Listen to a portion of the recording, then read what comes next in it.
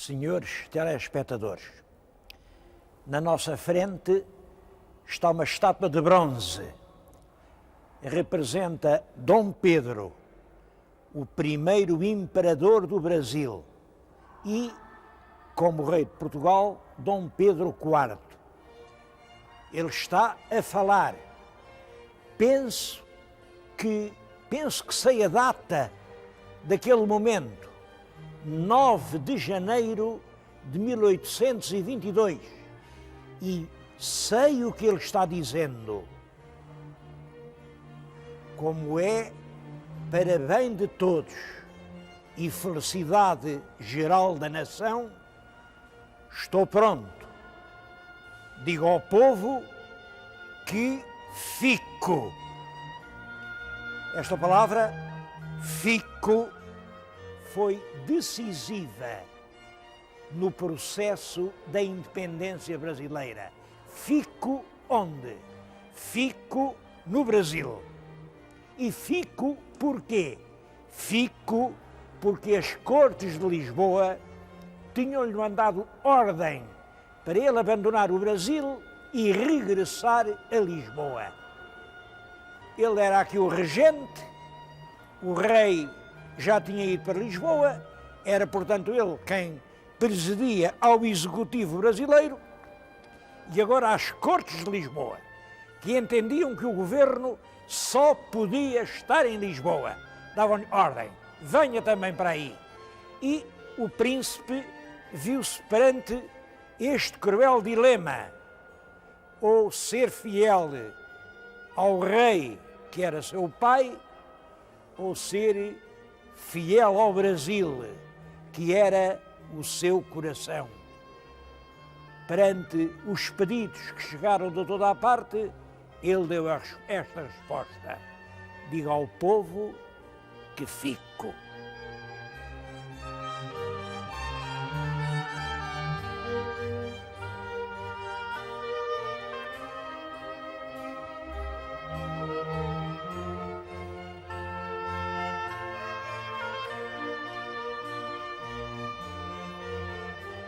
Esse episódio situa-se no desenrolar de um drama que tinha começado com as invasões francesas em Portugal. Como sabem, nos princípios do século XIX, os franceses, sobretudo o imperador Napoleão Bonaparte, tentaram fazer uma organização nova da Europa, sob a égide francesa, e todos os Estados europeus tinham que estar ou pela França ou pelo grande inimigo da França, que era a Inglaterra. Portugal era um antigo aliado da Inglaterra. Nós éramos aliados da Inglaterra desde o século XIV. Éramos e somos o mais antigo aliado da grande nação inglesa. Bom, e chega ao século XIX, o Napoleão diz: cortem com os ingleses, fechem-lhes os portos, não os deixem aí abastecer os seus navios. Bem, mas o rei de Portugal dizia: mas então são os nossos mais velhos aliados, como é que a gente pode fazer isso? Além disso, havia os interesses. É que já nessa altura, metade de Portugal era o Brasil. Toda a vida portuguesa, o comércio português, a indústria portuguesa, o vinho português, as exportações portuguesas, os estudantes portugueses, o destino português estava abraçado ao Brasil. Já nessa altura havia aquela cantiga do povo: se o mar tivesse varandas, ia-te ver ao Brasil. O Brasil tem na história de Portugal uma importância absolutamente fundamental. E se Portugal fechasse os portos à Inglaterra, como os ingleses eram senhores do Atlântico, eram eles que tinham os melhores navios, só passava no Atlântico quem os ingleses quisessem, se nós nos puséssemos do lado da França, não podíamos vir ao Brasil. Por isso, a diplomacia portuguesa, entre 1792 e 1808 tentou ganhar tempo. Dizia o Napoleão que está bem, que sim, mas que não sei o quê. E íamos deixando os ingleses chegarem aos portos portugueses, lá os deixávamos meter alimentos, renovar. Bem, foi uma vida, era assim um estar bem com Deus, estar bem com o diabo, até que o Napoleão fartou-se e em 1808 deu ordens a um exército para atravessar a Espanha, ocupar Portugal, banir para sempre a dinastia de Bragança e devenir o pequeno reino de Portugal em 3 fatias. Eu depois lá dizia como eram os donos das fatias. É nessa altura que o rei de Portugal, não posso falar bem em rei porque em 1808 quem governa Portugal é o príncipe herdeiro, príncipe regente Dom João VI, porque a rainha é Dona Maria I, mas a rainha está profundamente doente. A rainha está demente. E, portanto, ela não se dá conta do que se passa e é o Dom João VI, que é um homem feio. E por ser feio têm dito mal dele. Mas a verdade é que é um homem prudente, sensato, que compreende bem as realidades do seu tempo e faz sempre o que é mais prudente que se faça. Quando ele sabe que o exército francês atravessa a fronteira e vem ocupar Lisboa, ele não tem tropas para se defender. Bom, então embarca numa armada que está ancorada no Rio Tejo, embarca ele, a rainha, os ministros, os juízes, os funcionários, os generais, os capitães, os governadores, são milhares, é o Estado português que embarcam serenamente e vêm protegidos sempre por navios de guerra ingleses, vêm para o Brasil. E o Brasil, ele chega aqui em 1809, no janeiro de 1809, chegava aí, aliás, depois mudou para o Rio de Janeiro, e esteve aqui em 1809, 10, 11, 12, 13, 14, 15, nessa altura, em 15, acabam as guerras napoleónicas, Napoleão é um vencido, ele pode perfeitamente voltar à Europa, mas não quer. Só que o Brasil deixa de ser colónia e nasce na Europa e no mundo um país novo, um país em que o imenso fosso do Oceano Atlântico não é fronteira, pelo contrário, em vez de fronteira é caminho.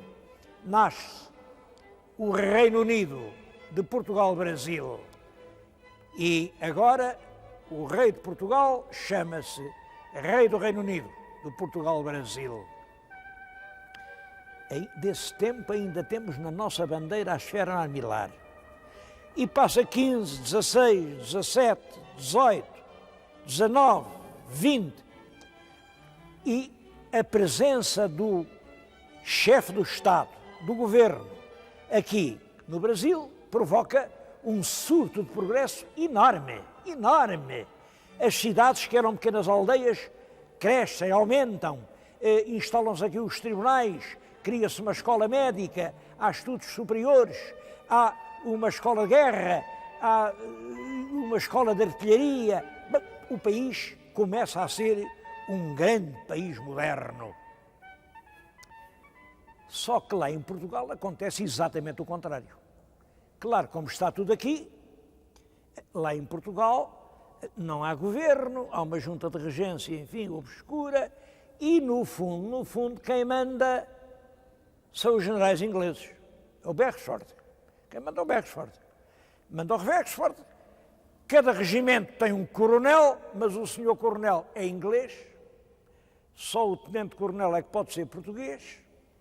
Os oficiais estão zangados. Então, que diabo, está tudo inglês, então, isto não pode ser. Os oficiais estão zangados. Depois acontece que a Revolução Francesa está a encher o mundo de ideias novas. Aquela ideia que vinha de há muito tempo, uma ideia muito antiga, de que o rei é rei por vontade de Deus. Foi Deus que escolheu aquele homem para ser rei. Há muita gente que começa a dizer qual história, qual Deus, qual... Isso é uma história, não tem pés nem cabeça. O rei é apenas o mandatário do povo. Há uma espécie de acordo em que o povo pede àquele homem é um homem como eu, como tu, é um homem igual a todos, e pede àquele homem que governe, porque a gente sabe que não se pode viver sem haver um governo. Bom, portanto, quem é verdadeiro soberano é o povo, não é o rei. É a teoria da soberania do povo. E estas ideias começam a passar de fronteira em fronteira, começa a nascer uma ideia nova. Em vez dos velhos reis absolutos, há agora os reis constitucionais. E essas ideias chegam a Portugal. Em Portugal, a elite pensadora, os licenciados em Coimbra, os clérigos mais ilustrados, os oficiais mais cultivados, os comerciantes mais esclarecidos, pensam que é tempo de Portugal entrar num mundo novo. O rei não é rei absoluto, não é rei pela vontade de Deus, é rei pela confiança do povo.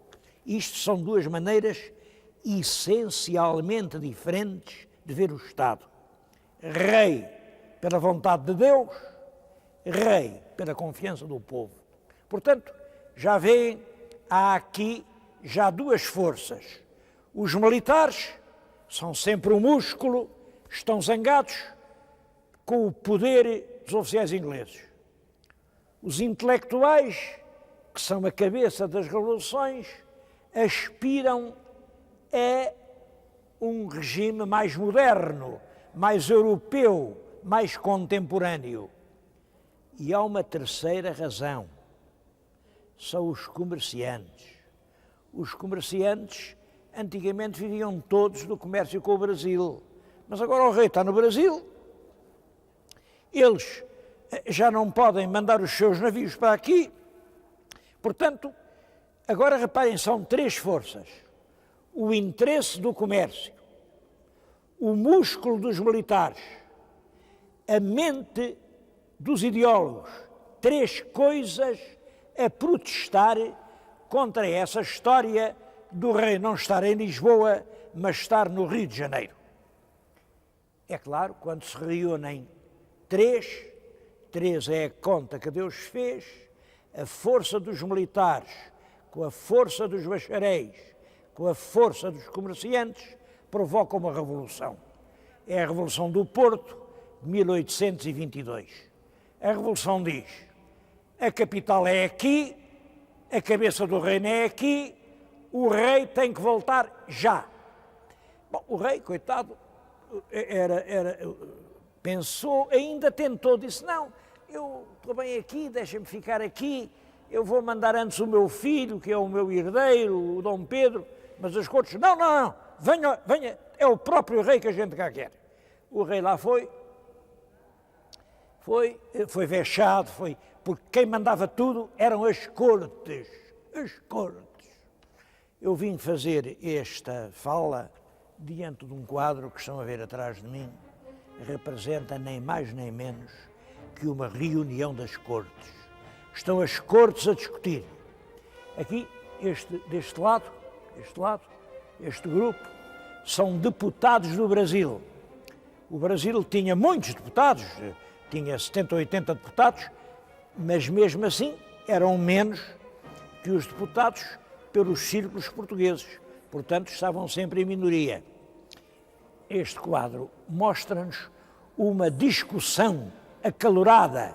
Está em pé um deputado brasileiro, este de casaca castanha, está indignado a falar, é o António Carlos, irmão é um Andrada, um dos irmãos Andrada, e está a discutir com um deputado português, que é o Borges Carneiro.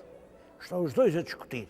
Porque, naturalmente, os brasileiros o que é que queriam? Os brasileiros queriam uma plena igualdade. Tanto manda Portugal como o Brasil, vamos fazer uma grande nação com um pé na Europa, outro pé na América. E essa nação, que tem de permeio Atlântico, vai ser uma das maiores nações do futuro. Esse é o gigantesco plano do arquiteto da independência brasileira, que se chamava José Bonifácio de Andrada e Silva, que é realmente um grande arquiteto de Estados. Esse projeto de manter o Reino Unido, manter uma grande nação moderna, é o primeiro projeto de José Bonifácio.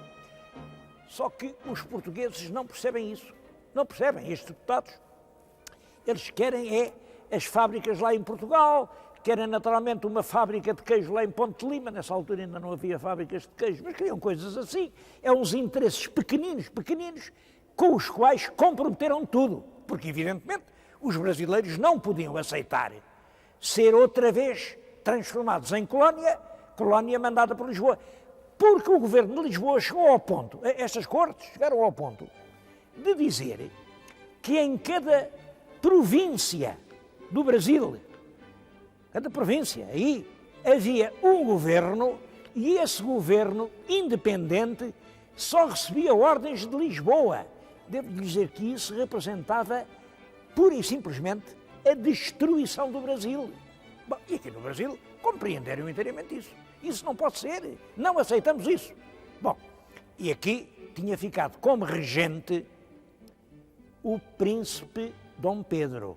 Bom, e era o príncipe Dom Pedro que estava, enfim, a conduzir a esperança brasileira. Os brasileiros todos diziam, fique, já que eles não querem um Reino Unido, seja o senhor o primeiro rei do Brasil. Devo dizer que Dom Pedro hesitou. Aquele fico que lhes mostrei há bocadinho é de janeiro. Janeiro, fevereiro, março, abril, maio, junho, julho, agosto. E agora vou-lhes mostrar o que aconteceu em setembro.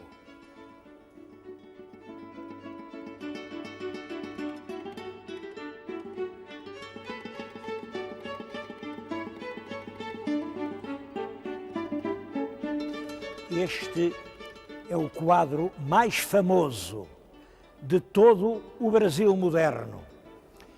Representa o grito de Ipiranga. Vê aí um cavaleiro que levanta a espada e dá um grito. O grito é este: independência ou morte. Passou-se aqui, eu estou-lhes agora a falar num museu, o Museu Paulista, erguido na própria Colina Sagrada, onde aconteceu esta cena no dia 7 de setembro de 1822. É que entre o fico que caiu em Lisboa de uma maneira terrível, toda a gente protestou, foram sucedendo ofensas, vexamos, os deputados brasileiros foram obrigados a vir-se embora, renunciaram a estar num parlamento em que se discutia tudo, mas nunca se andava para a frente, e aqui aumenta a pressão para que o príncipe regente assuma a chefia desta nova e grande nação que podia ser o Brasil. Ele tinha ido, porque é claro, perante a política de Lisboa, não se costuma dizer isso, mas isto é verdade, perante a política de Lisboa, houve alguns estados do Brasil que estavam com Lisboa, porque é claro, Lisboa dizia que cada estado ia ter um governo independente. Houve outros que não, que estavam com Dom Pedro, diziam, não, o Brasil é uma grande nação, e o Dom Pedro teve que andar por aí a percorrer o país para conseguir a unidade de todos à regência. Esteve em Santos, vinha de Santos para São Paulo, acompanhado pela sua escolta, quando chegaram dois, a galope, com os cavalos suados, dois oficiais com cartas que chegavam de Lisboa. Essas cartas, ele abriu-as, leu-as, essas cartas davam-lhe ordem para voltar imediatamente e anulavam tudo quanto se tinha feito no Brasil e mais, mandavam considerar traidores os deputados de São Paulo que tinham animado Dom Pedro a proclamar o fico. Não havia ninguém que pudesse assumir e aceitar uma coisa dessas. É claro, o Dom Pedro ficou naturalmente profundamente emocionado, mostrou as cartas aos companheiros de escolta e todos foram na mesma opinião. Então ele, aqui neste lugar, exatamente neste lugar, para a sua cavalgada e proclama o célebre grito: independência ou morte.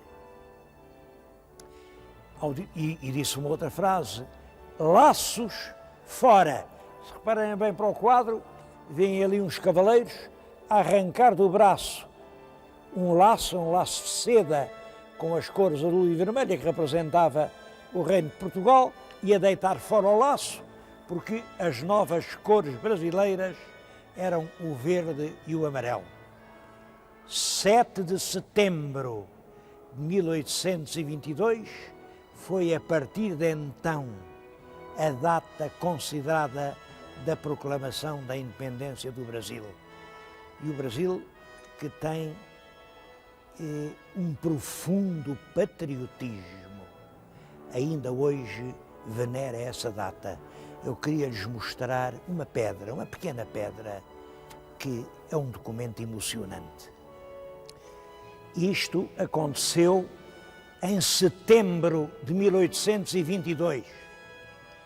3 anos mais tarde, aqui o governador de São Paulo mandou colocar exatamente no sítio onde estava o imperador esta pedra, esta pequena pedra, para que o lugar nunca mais se esquecesse.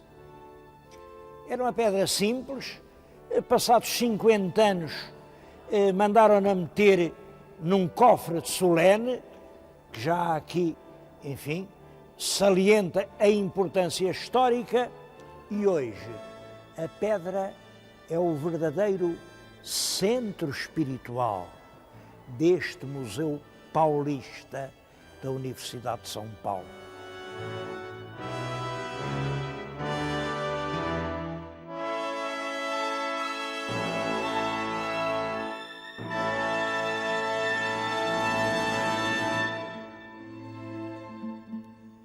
A história do imperador Pedro I não acabou aqui.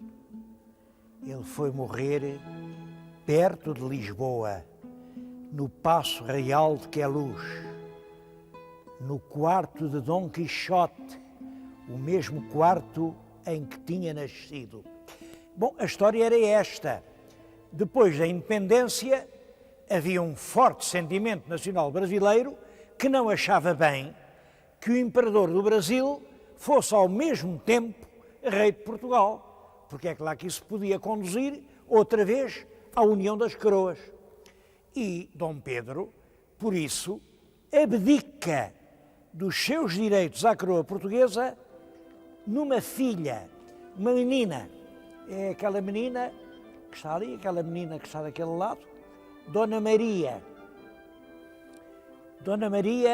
da Glória, porque foi batizada no Rio de Janeiro, na igreja do Outeiro da Glória, aquela igreja que estão a ver. Dona Maria da Glória é, a partir da abdicação, a rainha de Portugal. Fica aqui no Brasil, ela é pequenina, está junto da mãe, dos irmãos. Reparem que a mãe tem ao colo um bebê muito bonito, muito bonito. É o único filho, é o menino Dom Pedro, tem o nome do pai. Passados alguns anos, 9 anos certos, em 1831, Dom Pedro sabe que, apesar de ter feito a filha rainha de Portugal, em Portugal ela não aceitam, porque o irmão, o Dom Miguel, intitula-se agora rei, renegou tudo quando tinha contratado, porque o Dom Miguel tinha combinado casar com esta sobrinha, mas depois disse que não, e então o imperador Dom Pedro abdica também dos seus direitos à coroa imperial do Brasil, mas agora abdica naquele menino pequeno. Aquele menino pequeno vem a ser o imperador Dom Pedro II. E Pedro I, agora só com o título de Duque de Bragança, vai para a Europa defender os direitos da filha ao já secular trono de Portugal. Vamos encontrá-lo em breve na cidade do Porto, porque a história que se interrompe aqui no Brasil vai começar em Portugal, no cerco do Porto.